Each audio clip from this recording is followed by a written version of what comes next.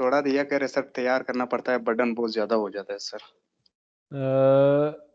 हम next lecture की तरफ चलते हैं, जो कि हमारे पास lecture number 4, hopefully chapter number 4 होगा। आपको जो बुक मैंने रेकमेंड की है उसी बुक के लिहाज से अगर आपको स्क्रीन विजिबल है तो काइंडली मुझे बता दें। Yes sir. ठीक है, तो हमारे पास जो नेक्स्ट लेक्चर है हमारा अबाउट, अब हम नंबर सिस्टम को स्टडी कर चुके हैं, हम इन डिफरेंट एक्सप्रेशंस को स्टडी कर चुके हैं कि इस एक्सप्रेशन का मतलब क्या है। कोई बता सकता है कौन सा गेट यूज होगा इस एक्सप्रेशन में? Sir and gate. और गेट। और गेट। और गेट सर। और इस एक्सप्रेशन में? Sir and gate. And gate. और इस एक्सप्रेशन में? Sir sir and gate. And gate. Excellent. और अगर हम इस एक्सप्रेशन की बात करें? सर और एंड दोनों यूज और होंगे। And gate. एक्सीलेंट। और एंड बोथ यूज होंगे। तो देखें, इसी चीज को आप एक्सप्रेशन से डायरेक्टली ये गेट भी बना सकते हैं, या गेट से एक्सप्रेशन भी बना सकते हैं। ठीक है, जो चीजें हमने स्टडी की होंगी।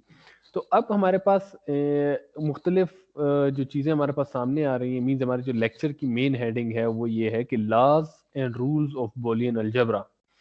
ये क्यों है? ये इस चीज़ के लिए है कि बूलियन अलजेब्रा का पता है? बूलियन अलजेब्रा नाम क्या है? सुना है सर। मीन्स हम जो 1010 इन की binary addition, binary multiplication, yes binary sir yes. की जितनी भी हमने अरिथमेटिक्स देखी हैं, ठीक है, उसे हम बूलियन अलजेब्रा का नाम देते हैं। ठीक है, जिसमें हमारे पास ये लॉजिक गेट्स होंगे और इनके लिहाज से एक्सप्रेशंस होंगे और उन कुछ चीज़ों को हम देख रहे होंगे। ठीक है, तो डिफरेंट लॉज एंड रूल्स की जरूरत क्यों पड़ती है, पहले तो ये सवाल है। कोई बता सकता है क्यों लॉज डिफरेंट एंड रूल्स की जरूरत लॉजिक। पड़ती है? जी, what do you mean by laws and rules, और how they sir can laws help and you in rules नहीं बूलियन होंगे तो अलजेब्रा? हर एक जी Safiya. Sir laws and rules नहीं होंगे तो हर एक अपनी मर्जी से काम करेगा, जैसे हमारे नंबर अब जिसका जो दिल चाहेगा वही फंक्शन करेगा। अच्छा, और कोई? अनीस?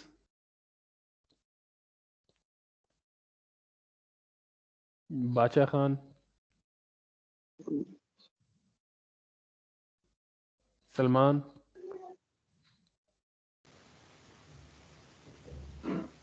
जी, बाकी तमाम सो रहे हैं क्या? तो किसी भी चीज़ को परफॉर्म करने के लिए सोच रहे लॉज और ज़रूरी होंगे, कि अगर वो लॉज नहीं होंगे तो फिर हमारा जो काम होगा वो सही तरह से फंक्शनलिटी नहीं परफॉर्म कर अच्छा, सकेगा। मैं थोड़ी चीज अगर सिंपल कर दूं, क्या मुझे इसके लिए किसी रूल या किसी लॉ की जरूरत है? ये मैंने एक एंड गेट बना दिया, मुझे किसी लॉ या रूल की जरूरत है?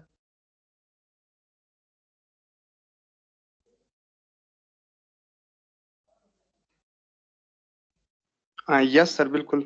क्या सर के जरूरत है? किस हमें यहाँ पे नहीं सर ये कि सर हमें पहले और गेट यूज करना होगा, ए बी को प्लस करके। नहीं, सर मैंने ये क्या, ये गेट एंड डिजाइन गेट मतलब जी, जो नो एंड सर दो यहाँ गेट। पे दो पिन तो से उन पे इनपुट लगाना पड़ेगा और जो सिंगल है उस पे आउटपुट ही लगाना पड़ेगा। वो एक प्रोसीजर कह सकते हैं हम उसे, क्या हम उसे लॉ या रूल कहेंगे? मीन्स अगर सर मेरे अब पास क्या। इन्हीं दो एक गेट है तो लाजमी बात है इन्हीं दो पर मैंने इनपुट लगानी है और आउटपुट लगानी। मेरे मेरे कहने का मकसद ये कि ए और बी इनपुट है, इनका हमें पता है कि ये दो, इनका आंसर हमेशा क्या आएगा? ए डॉट बी आएगा। आपने अगर इनपुट पर ए डॉट बी प्रोवाइड किया है तो इनका आंसर हमेशा ए डॉट बी आएगा, जिसका हमने ट्रुथ टेबल देखा। तो हमें लॉजिक लॉज या रूल्स की जरूरत उस वक्त पड़ती है जब, अगर मैं बहुत प्रिसाइजली बताऊं तो हमें जब सिंप्लीफिकेशन करनी पड़ती है। सिंप्लीफिकेशन हम क्यों करते हैं, कोई बता सकता है? सर कोई सर रिजल्ट? अपने यहाँ सिंप्लीफिकेशन ताकि कोई चीज सिंपल रहे अपने लिए सर ऐसा। अच्छा, हम एज ए स्कीमेटिक आप सिंप्लीफिकेशन को क्या कहते हैं, सर या ताकि एज अ प्रोग्रामिंग में आप सिंप्लीफिकेशन से क्या मतलब लेते सर जो ताकि चीज हम अपने कोई लिए आसानी से बना सके हम। मुझे सर कुछ चीज हैं? नहीं जी सफिया। सर जिस चीज को हम अपने लिए सिंप्लीफाई कर सके, जो हमारे अंडरस्टैंडिंग में लिए आसानी हो। अच्छा, और हसनैन शायद कुछ बोल और रहे हैं बहुत जो ही इजी तरीके से हमारे पास जो हमें रिजल्ट मिले। बहुत ही इजी तरीके से जो हमें रिजल्ट्स मिले। अच्छा सलमान, और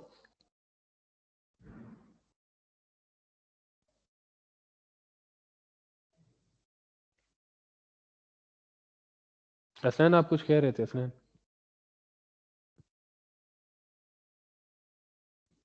अच्छा, बहुत इजी इजी की बात कर लेते हैं, ठीक है। इजी का मतलब है कि मैंने एक नंबर लिखा 2, फिर मैंने नेक्स्ट स्लाइड पे नंबर लिखा 2, फिर मैंने नंबर लिखा प्लस, और फिर मैंने नेक्स्ट इंस्ट्रक्शन में काम लिखा। इजी तरीका कर रहा हूँ ना, कि हमें पता चला कि एक नंबर ए है, फिर एक नंबर बी है, फिर एक प्लस है, फिर मैंने एक्सप्रेशन लिखा 2 + 2, और फिर फाइनली इन सब की प्रोसेसिंग के बाद हमें आंसर मिला। ये इसको और अच्छी तरह से कर दें तो हमने लिखा a = 2, b = 2, फिर हमने लिखा प्लस, फिर हम इस एक्सप्रेशन की बजाय लिख देते हैं a + b, और फिर आपको आंसर मिल जाएगा इसका, जो कि क्या होगा, इसकी प्रोसेसिंग के बाद वो आंसर होगा आपके पास 4। ऐसे ही ये एक इजी मेथड है कि मुझे पता चला कि एक नंबर ए है, एक नंबर बी है, एक अंडरस्टैंडिंग भी अच्छी तरह से डेवलप हो रही है। लेकिन प्रोग्रामिंग के लिहाज से या कम्बिनेशनल सर्किट्स के लिहाज से इजी चीज उसको समझा जाता है। देखिए, अब प्रोग्रामिंग के लिहाज से 4 इंस्ट्रक्शंस आ गई, 4 इंस्ट्रक्शंस यूज होगी ना, तो हमारे पास इस इंस्ट्रक्शन बिल्कुल को सर। प्रोसेस होने के लिए भी टाइम लगेगा, इसको भी प्रोसेस होने के लिए टाइम लगेगा, इसको भी प्रोसेस होने के लिए टाइम लगेगा, और इसको भी प्रोसेस होने के लिए टाइम लगेगा। तो आपको बहुत ज्यादा टाइम लग रहा होगा इसी को प्रोसेस करने में। और हमारे लिए 2 चीजें इंपॉर्टेंट होती हैं जो भी आप डिजाइन करते हैं। देखिए, हम चाहते हैं कि हमारा कंप्यूटर या हमारा माइक्रो प्रोसेसर फास्ट हो, स्पीड अप हो, एक चीज। तो फास्ट के लिए क्या करना होगा, सिंप्लीफिकेशन के लिए हमें उसकी प्रोसेसिंग को बढ़ाना पड़ेगा, कि हमारे पास इस प्रोसेसिंग को किसी तरह से कम किया जाए। तो हम ये सारा काम एक ही इंस्ट्रक्शन में लिख सकते हैं, 2 + 2, और हमें इसका आंसर मिल जाएगा 4। तो ये वो काम जो कि आप 4 इंस्ट्रक्शंस में कर रहे हैं, वो अगर एक इंस्ट्रक्शन में हो जाए, तो ऐसी प्रोग्रामिंग को सिंप्लीफिकेशन या गुड प्रोग्रामिंग कहा जाता है। कि आप एक काम जो कि आप बहुत ज्यादा बड़े तरीके से कर सकते थे, आपने उसको बहुत स्मॉल तरीके से कर लिया, ठीक है। इसी तरह से एक और चीज हो सकती है कि यही चीज जो आपने अचीव करनी है, आपने इसके लिए एंड गेट यूज कर लिया, और गेट यूज कर लिया, फिर उसके बाद एक और एंड गेट यूज कर लिया, या और गेट यूज कर लिया। तो आपकी ये एक कंप्लीट कम्बिनेशनल सर्किट है जो कि 3 मुख्तलिफ स्टेप्स में या 4 डिफरेंट स्टेप्स में हो रहा है। और आपको पता चलता है कि नहीं, इसी काम को बड़ी आसानी से इस तरह से किया जा सकता है कि और गेट की इस इनपुट को 1 कर दिया जाए हमेशा के लिए, और यहाँ पर इनपुट रख दी जाए a। तो हमारे पास यही रिजल्ट जो ऊपर वाली स्कीमेटिक के हैं, वही रिजल्ट हमारे पास इससे भी अचीव हो सकते हैं। तो एक सिंपल फॉर्म से वही रिजल्ट। तो इसका क्या फायदा होगा, अगर आपको गेट्स के लिहाज से चीजें समझ में आ रही होंगी, तो आपका हार्डवेयर का साइज छोटा होता जाएगा। क्योंकि देखिए, यहां पर कितने गेट्स चाहिए होंगे, 3। तो 3 गेट्स कौन कौन से हैं, और गेट और एंड गेट। कितनी आईसीज चाहिए होंगी आपको, 2 सर। 2 आईसीज। जबकि इसमें कितनी आईसी चाहिए होंगी, एक ही एक ऐसी। एक। तो आपने हार्डवेयर के साइज को रिड्यूस कर दिया। तो हमारे 2 मेन ऑब्जेक्टिव्स होते हैं कि हम किस तरह से कम प्रोग्रामिंग में वो चीज अचीव करें, और किस तरह से कम हार्डवेयर गेट्स या लॉजिक गेट्स को यूज करते हुए वो काम अचीव करें। तो सिंप्लीफिकेशन का मतलब ये है। इस चीज के लिए डिफरेंट लॉज एंड रूल्स का हमें सहारा लेना पड़ेगा, कि डिफरेंट लॉज अगर अप्लाई हो रहे हैं तो करके हम किस तरह एक बड़े एक्सप्रेशन को सिंप्लीफाई कर सकते हैं। क्योंकि एक्सप्रेशन का क्या मतलब है, अब हम इसकी तरफ आ जाते हैं, क्योंकि हम डीएलडी में इसको ज्यादा पढ़ रहे हैं, हम थोड़ा सा लैब में इसको भी देखेंगे, प्रोग्रामिंग को भी, ठीक है। तो हम क्या करेंगे कि ये एक्सप्रेशन है मेरे पास, let suppose AB + C + D कोई एक्सप्रेशन है। तो इसे सिंप्लीफाइड फॉर्म में मैंने एज्यूम किया है, ये कोई कोई कम्बिनेशन सर्किट नहीं है, हमने एज्यूम किया है कि इसका आंसर आ सकता है बड़ी आसानी से A + 1 से।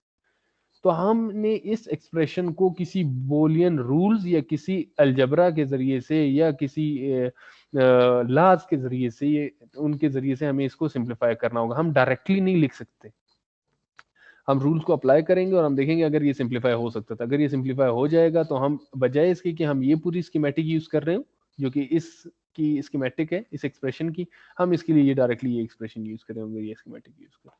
तो हमें एक लार्जर जो हमारे पास एक्सप्रेशन है उसे सिंप्लीफाई करने के लिए लॉज और डिफरेंट रूल्स का सहारा लेना पड़ेगा, ठीक है। क्लियर है ये बात, हेडिंग क्लियर है? ताकि हेडिंग क्लियर होगी तो आप आगे चीजों की तरफ जा सकेंगे। जी, क्लियर है? सर ये बोलिए सर, नेट की इशू है सर। आप बुलियन अलजेब्रा की जो आप बात कर रहे थे, आप क्या बोल रहे थे सर अभी? बाइनरी उसके जरिए बाइनरी कैसे? अरिथमेटिक्स। नो सर, उसके जरिए कैसे सिंप्लीफिकेशन मतलब आप करेंगे? अब हम उसके जरिए से नहीं करेंगे। हम बुलियन अलजेब्रा को हमने पढ़ लिया कि एडिशन, मल्टीप्लिकेशन, सब्ट्रैक्शन कैसे है। अब उसमें हम उसके रूल्स और लॉज को देखेंगे और हम देखेंगे हम कैसे सिंप्लीफाई कर सकते हैं। जैसे मैंने अभी पीछे एग्जांपल बताया कि हम A B plus C plus D, ये एक एक्सप्रेशन है। हम देखेंगे कि क्या किसी रूल या किसी लॉ के तहत इसको सिंप्लीफाई किया जा सकता है, क्या इसको ऐसा बनाया जा सकता है। अगर पॉसिबल होगा तो हम इसकी स्कीमेटिक नहीं बनाएंगे, हम इसकी स्कीमेटिक बनाएंगे, क्योंकि हमें रिजल्ट हमें ट्रुथ टेबल से मिल रहा होगा। क्लियर? तो अब उसके लिए यस हमें सर, ओके। चीजों को देखना होगा। हमारे पास कम्युलेटिव लॉ आपने मैथ्स में पढ़ा होगा, दोनों पर अप्लाई यस होता है, सर। एडिशन पर भी और मल्टीप्लिकेशन पर भी। एडिशन मींस अगर आपने a प्लस बी की फॉर्म में लिखा है तो उसको हम b प्लस ए की फॉर्म में लिख सकते हैं, मींस पोजीशन चेंज कर सकते हैं।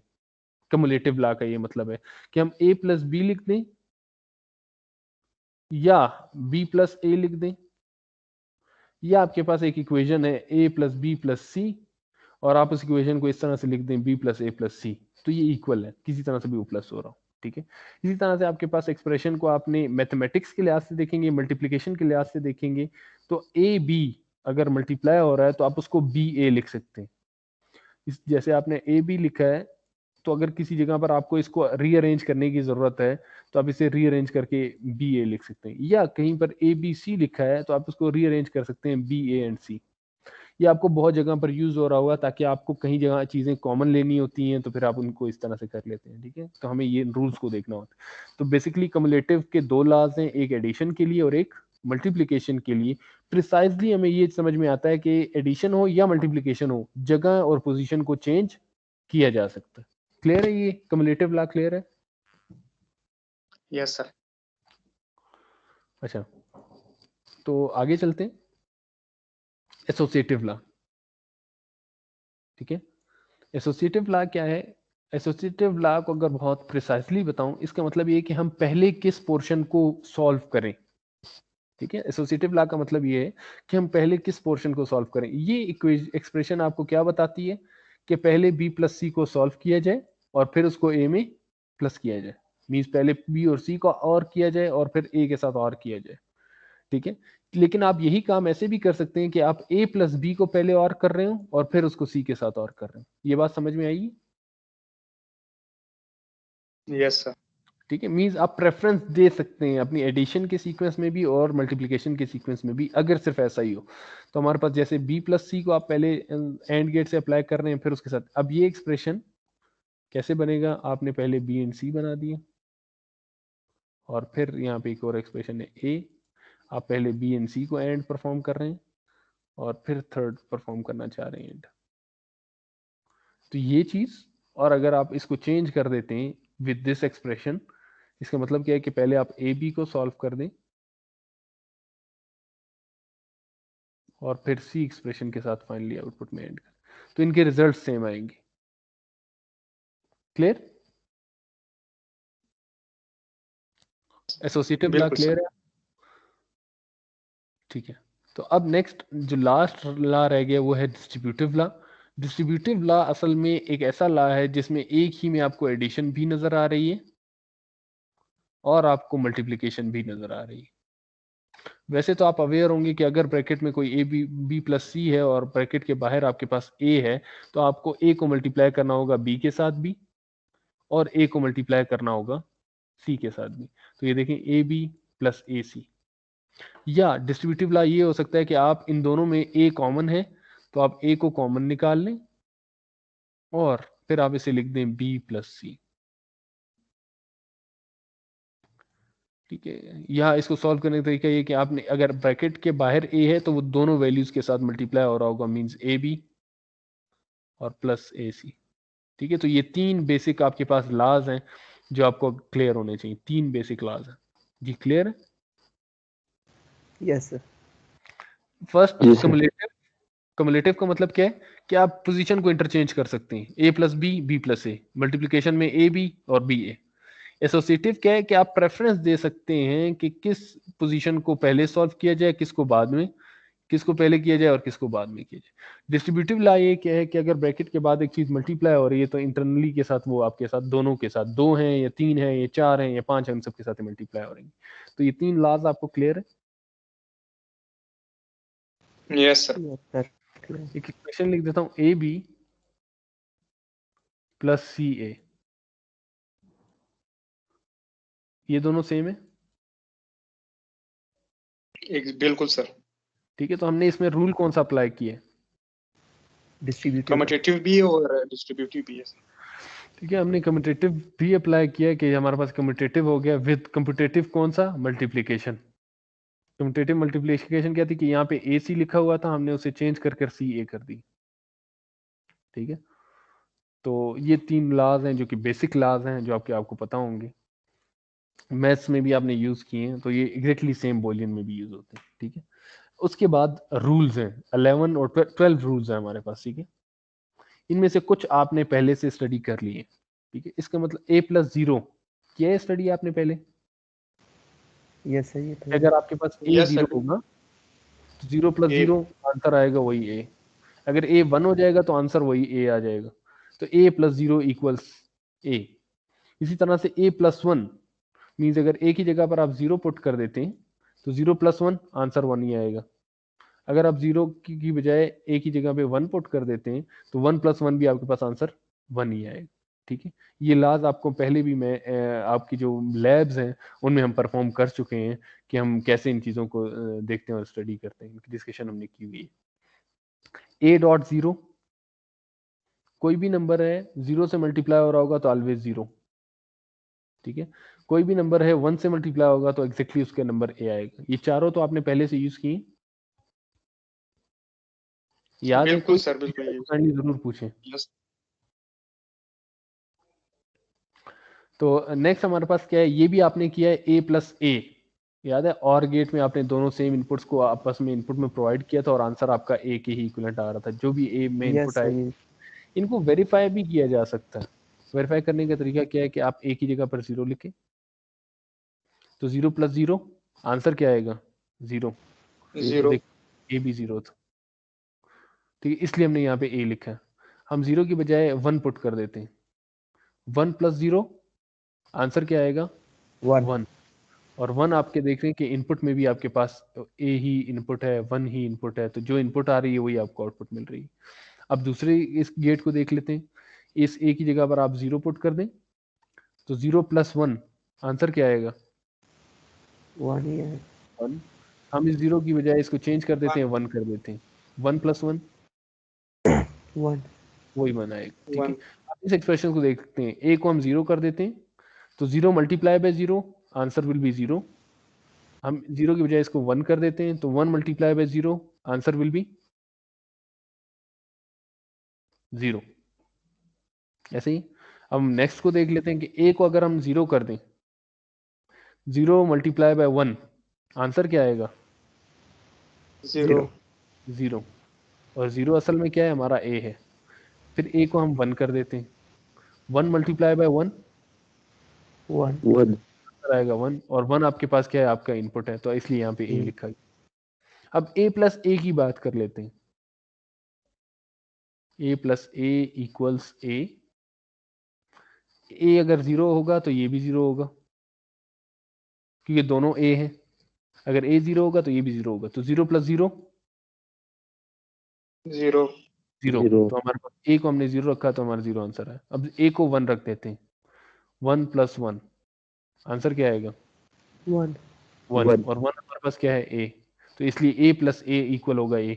ये एक्सप्रेशन को हमने यूज करना होगा कि अगर हमारे पास कहीं पर a प्लस a यूज हो रहा है तो हम 2 को लिखने की बजाय सिंप्लीफाई कर उसकी जगह सिर्फ a लिख देंगे। अगर किसी के साथ 0 मल्टीप्लाई हो रहा होगा तो हम उसको डायरेक्टली 0 कर देंगे। अगर किसी के साथ 1 मल्टीप्लाई हो रहा होगा डायरेक्ट हम उसको a कर देंगे। अगर कहीं पे प्लस 1 हो रहा होगा तो ऑलवेज 1 लिख देंगे, हमें और करने की जरूरत ही नहीं है। अगर प्लस 0 हो रहा होगा तो हमें और करने की जरूरत नहीं है, हम डायरेक्टली a को यूज कर लेंगे। ठीक है, इसी तरह से नेक्स्ट है a प्लस a बार, ये ऑलवेज इक्वल होगा 1 के। क्यों? क्योंकि हम इसे देख लेते हैं। a प्लस a बार, ठीक है, a plus a bar equal क्या रखा है उन्होंने? 1 के। लेट्स a इक्वल्स 0, तो ए की जगह पर 0 पुट कर दिया, ए बार की जगह पर क्या आएगा? 1 1 1 आंसर क्या आएगा? 1 1। हम ए को 0 की बजाय 1 कर देते हैं, ठीक है। तो 1, ए बार क्या होगा? 0 ए बार हो जाएगा 0, आंसर क्या आएगा? 1 1 तो यहाँ से जो चीज़ आपको समझ में आनी चाहिए इन 6 लॉज के जरिए से, वो ये समझ में आनी चाहिए। देखें, मैं इसको अगर थोड़ा सा क्लियर कर दूं, यहाँ पर क्या कौन सा गेट यूज हो रहा है? और तो इसका मतलब है आप और गेट की एक आईसी यूज करेंगे, आंसर फिर भी एक ही इक्विवेलेंट आएगा। तो इसका मतलब है कि और गेट को यूज ना किया जाए, तो हार्डवेयर रिड्यूस हो गए। बिल्कुल सर। फिर यहाँ पर और गेट यूज हो रहे हैं, आप उसको प्रोसेस करेंगे, बिल्कुल। आंसर 1 आएगा। तो आप और गेट यूज ना करें, आप डायरेक्टली वीसीसी से कनेक्शन ले लें, तो आपका हार्डवेयर रिड्यूस हो गया। यस अच्छा, यस यहाँ पर कौन सा गेट यूज हो रहा है? And gate. आंसर क्या आएगा? ऑलवेज 0। तो आप एंड गेट यूज ना करें, आप डायरेक्टली ग्राउंड से कनेक्शन ले लें, तो आपका हार्डवेयर रिड्यूस हो रहा है। इसी तरह से यहाँ पे भी एंड गेट यूज हो रहा है, लेकिन उसका आंसर ए के इक्विवेलेंट आएगा, तो आप एंड गेट यूज ना करें, डायरेक्टली ए गेट यूज कर लें। और अगर कहीं किसी एक्सप्रेशन में दोनों ए सेम इनपुट्स हैं, ए का मतलब ये नहीं है कि सिंपल ए हो, ये ऐसा भी हो सकता है A B C plus A B C. इसका आंसर क्या होगा? ABC excellent. ठीक है, तो हमें इन रूल्स को इस तरह से नहीं देखने कि सिर्फ ये ए पर इंप्लीमेंट हो सकते हैं। इस ए का मतलब है कि एक एक्सप्रेशन, दो एक्सप्रेशन अगर बिल्कुल सेम थे और वो प्लस हो रहे थे, तो आंसर भी वही एक्सप्रेशन आएगा। ठीक है, या ये ऐसा हो सकता है, देखिए हमारे पास अगर ए बी सी के ऊपर हम बार लगा दें, तो क्या हो जाएगा? आंसर क्या आना चाहिए? इस एक्सप्रेशन 1 का आंसर क्या होना चाहिए? 1 होना चाहिए, क्योंकि हमारे पास ये एक्सप्रेशन सेम है और ये इस पूरे एक्सप्रेशन का बार है, तो आपके पास इस पूरे एक्सप्रेशन का आंसर 1 के। तो देखें यहां पर कितना हार्डवेयर रिड्यूस हुआ, 2 एंड गेट, एक और गेट, 2 एंड गेट और एक नॉट गेट। तो 1 2 3 4 5 6 गेट्स की जगह सिर्फ आप एक वीसीसी से कनेक्शन ले सकते हैं। इसलिए बोलियन रूल्स या बोलियन लॉज आपके लिए इंपॉर्टेंट है। ये समझ में आ रही है यस कि सर हम इन बिल्कुल। चीजों को स्टडी कर रहे हैं। अब नेक्स्ट पर आ जाते हैं। ए डॉट ए इक्वल होगा ए के। ये और ये एक्सप्रेशन समहाउ एक जैसी, क्योंकि 0 मल्टीप्लाई बाय 0 आंसर होगा 0, 1 मल्टीप्लाई बाय 1 आंसर होगा 1। तो जो ए की वैल्यू वही आपको आंसर में मिल रहा हो, तो आप यहाँ पर एंड गेट यूज करने की बजाय डायरेक्टली ए इनपुट यूज कर सकते हैं। ठीक है, अब इस एक्सप्रेशन को देख लेते हैं। 8 को ए डॉट ए बार इक्वल 0,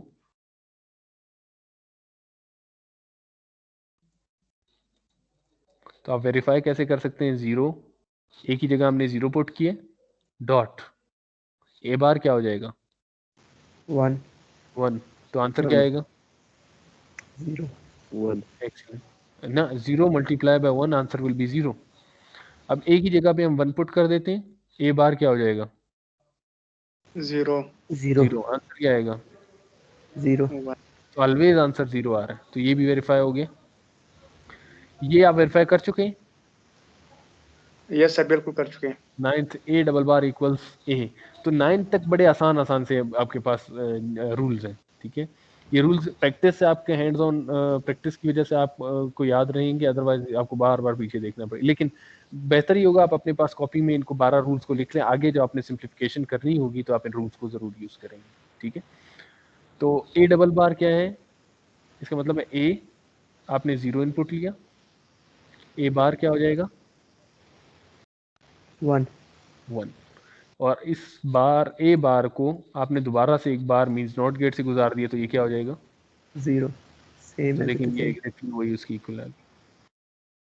ठीक है, तो ये 9 तक। ठीक है, उसके बाद 3 एक्सप्रेशंस हैं, इनकी भी वेरिफिकेशन आप कर सकते हैं खुद ही से।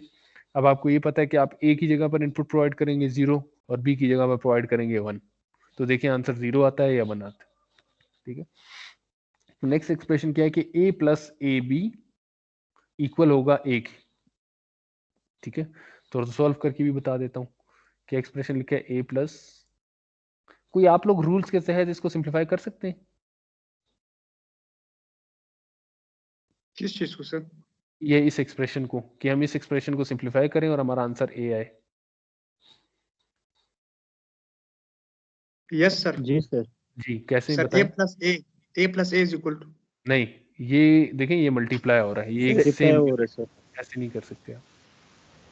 जी ए प्लस कैसे करें? ए प्लस जी ए प्लस सर ए 0 से जी मल्टीप्लाई कर देंगे सर।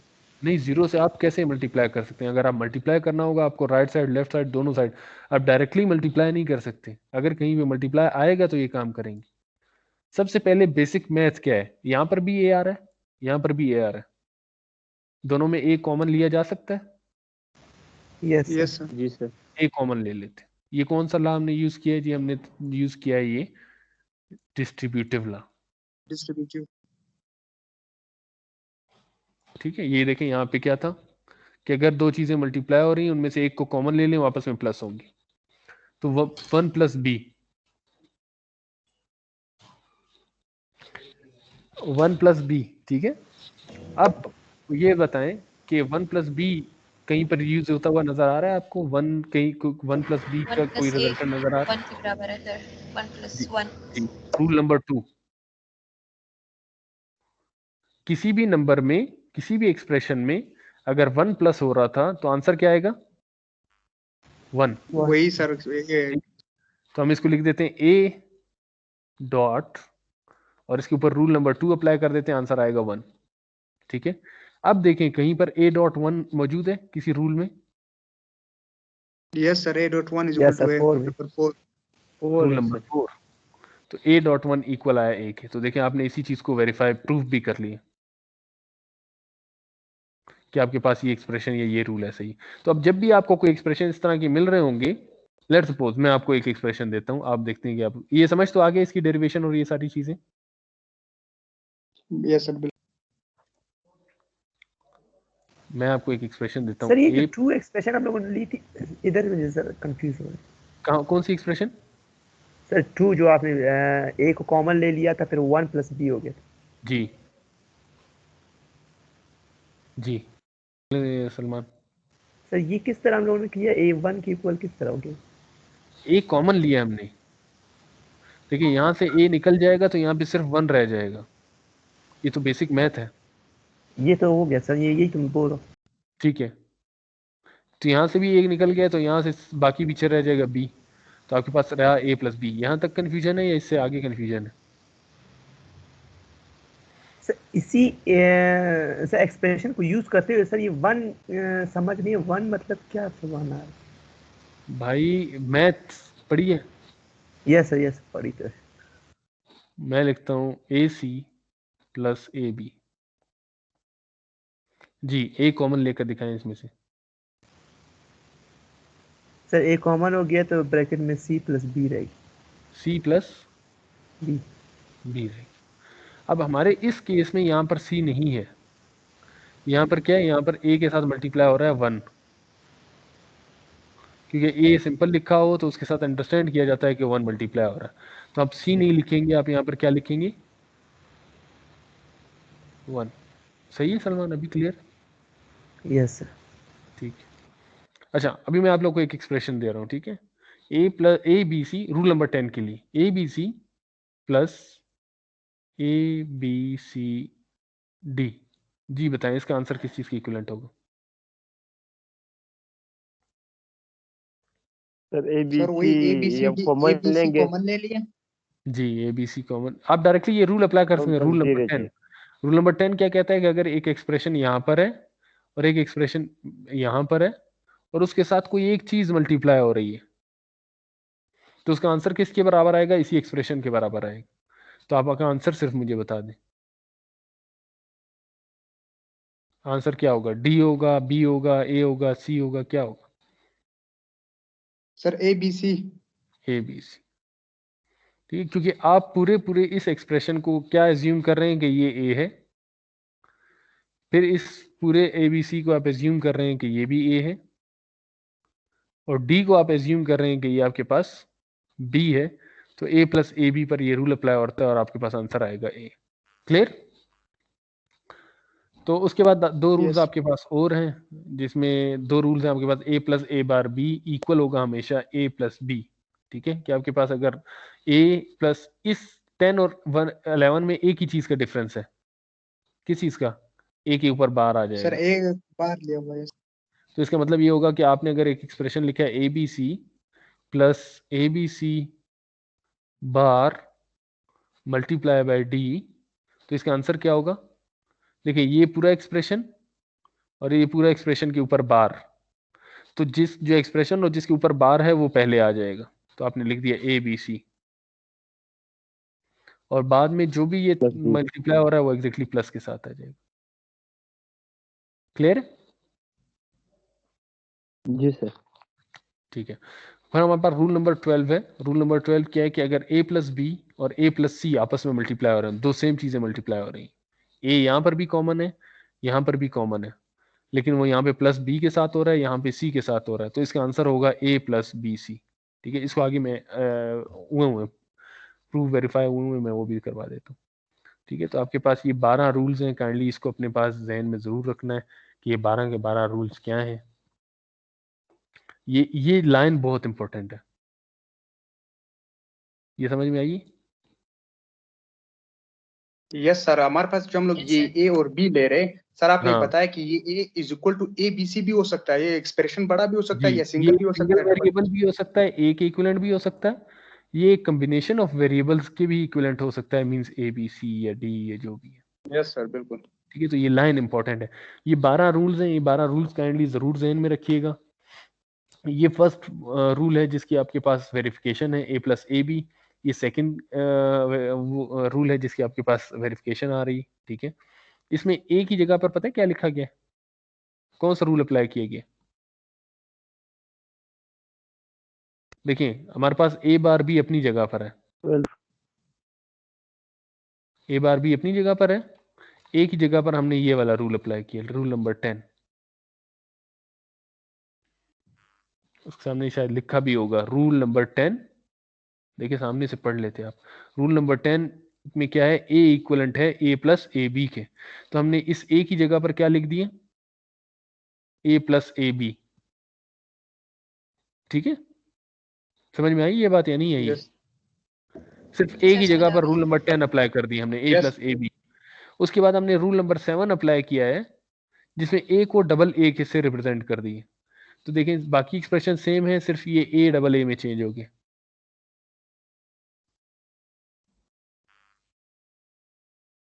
ठीक है, फिर नेक्स्ट क्या है कि कोई भी वेरिएबल्स आ रहे हो, अगर इसमें प्लस 0 किया जाए, कोई फर्क पड़ता है? No sir. कोई फर्क नहीं पड़ता ना। तो 0 की जगह पर आपने लिखा है a मल्टीप्लाई बाय a बार, तो हमने इस 0 की जगह पर ये a मल्टीप्लाई बाय a बार लिख दी। ये सिर्फ इस चीज के है कि हम वहां तक पहुंचेंगे कैसे, उन रूल्स के सारे से हम वहां तक कैसे पहुंच रहे हैं, ये क्योंकि हमें इसकी प्रूफ करना पड़ रहा है। ठीक है, अब क्या है, अब आपको एक चीज नजर आ गई है, दो एक्सप्रेशन सेम है, जिसमें क्या कॉमन है, a।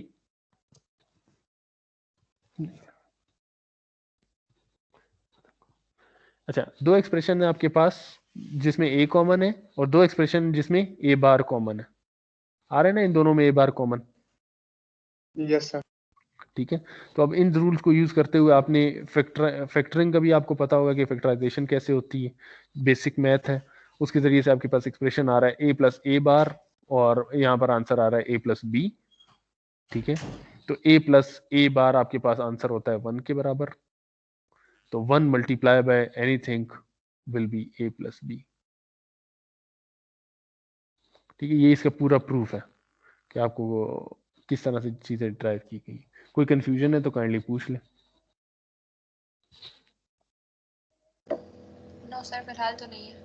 ठीक है, तो ये सिर्फ रूल्स इंप्लीमेंट होते हैं और उनकी डेरिवेशन है, आपसे इसका प्रूफ नहीं पूछा जाएगा, ये प्रूफ सिर्फ मैंने आपकी हेल्प के लिए रखा है। आपको ये 12 रूल्स पता होने चाहिए, यस प्रूफ नहीं पूछा जाएगा। ठीक है, इसी तरह से जो लास्ट 12th है उसके भी प्रूफ गिवन है, ये उसका प्रूफ है, a plus B multiply by a plus C. तो अब आप डिस्ट्रीब्यूटिव लॉ यूज कर रहे हैं। डिस्ट्रीब्यूटिव लॉ यह होता है कि ये a पहले इससे मल्टीप्लाई होगा, फिर इससे मल्टीप्लाई होगा, ये b फिर इससे मल्टीप्लाई होगा, फिर इससे मल्टीप्लाई होगा। ठीक है, जो आपने मल्टीप्लाई किया तो a डॉट a इक्वल होता है a के, तो ये सिंपल a से रिप्लेस हो गया। आपने इन दोनों में से a को कॉमन लिया है, यहाँ पे रह गया 1 प्लस सी, ठीक है। तो फिर आपके पास वो डिस्ट्रीब्यूट 1 प्लस सी आपको इक्विवेलेंट पता है कि वो 1 के इक्वल होगा, a प्लस बी सी। फिर इन दोनों में से a और a b में से आपने a को कॉमन लिया है, तो आपके पास आंसर बचा है 1 प्लस बी इक्वल होगा 1 के। तो finally a plus B C, देखिए आपके पास ये आंसर है। क्लियर? तो ये आपको इसकी डेरिवेशन, आपको सिर्फ ये पता होना चाहिए कि ये एक रूल है, अगर कभी इस तरह के एक्सप्रेशन आएंगे तो उसके आंसर में आप डायरेक्टली रूल नंबर 12 यूज कर सकते हैं। क्लियर? कोई कंफ्यूजन है तो काइंडली पूछ लें। नो सर, अब कंफ्यूजन तब क्रिएट होगी जब हम खुद पढ़ें। जी जी ठीक। उसके बाद डिमॉर्गन्स थ्योरम पहले किया आप लोगों ने? सर अभी Yes, sir. के लिए Yes, बहुत sir. नहीं। लैब जी एंड करें। आपके पास डिमॉर्गन थ्योरम आपने लैब में परफॉर्म किया है कि आपके पास NAND इक्वल है नेगेटिव और के और नॉर इक्वल है नेगेटिव एंड के। इसका खुलासा ये कि जब भी आप बार को ब्रेक करेंगे, मींस बार को आपने होल की बजाय दोनों पर अलग अलग कर दिए, तो अगर दरमियान में प्लस साइन आ रहा था तो वो मल्टीप्लिकेशन में शिफ्ट हो जाएगा, अगर मल्टीप्लिकेशन का साइन था तो वो प्लस में चेंज हो जाएगा। क्लियर? तो ये डी मॉर्गन थ्योरम और ये सारी चीजें मतलब हम लोग लैब में भी थ्योरी पढ़ ली सर। जी हमने लैब किया जी पढ़ ली। तो आप ये एक्सप्रेशंस नोट कर लें, काइंडली इसकी प्रिंट स्क्रीन ले लें, मैं इधर शेयर करता हूँ। इसको आप लोगों ने करना ये है कि इसको सॉल्व करना है और इसी पोस्ट के नीचे आपने इसके रिजल्ट्स को कॉपी पे बेशक कर लें, कॉपी पे सॉल्व करके पिक्चर्स आप यहाँ पे पोस्ट करेंगे इन तमाम एक्सप्रेशंस को using these rules and laws. ठीक है, ये आपकी एक्सरसाइज है, इस एक्सरसाइज को जरूर देखें। दैट्स ऑल आज के लिए नहीं।